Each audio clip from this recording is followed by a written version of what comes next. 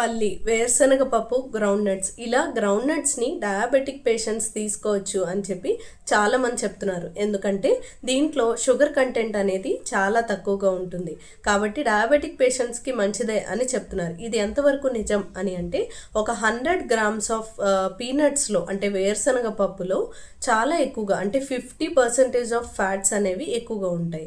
Yes, దీనికి sugars అనేవి 13% మాత్రమే ఉంటుంది. కానీ మనం ఇది ఫ్యామిలీ హిస్టరీలో గుండె జబ్బులు ఉన్నా లేదంటే కొలెస్ట్రాల్ రిలేటెడ్ ప్రాబ్లమ్స్ ఉన్నా సరే ఇది మనం ఎక్కువగా తీసుకోవడం వల్ల హార్ట్ బ్లాక్స్ అనేది ఏర్పడవచ్చు.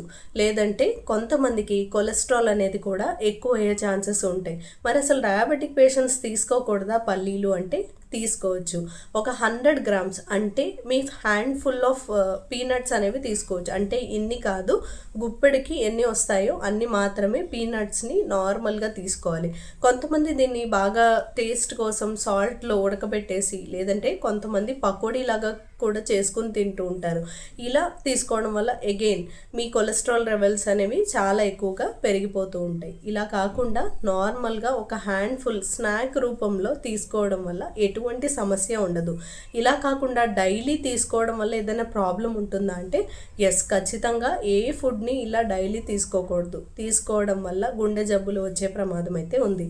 ఇది ఎవ్రీ డయాబెటిక్ పేషెంట్స్కి రీచ్ అయ్యేలాగా చూడండి.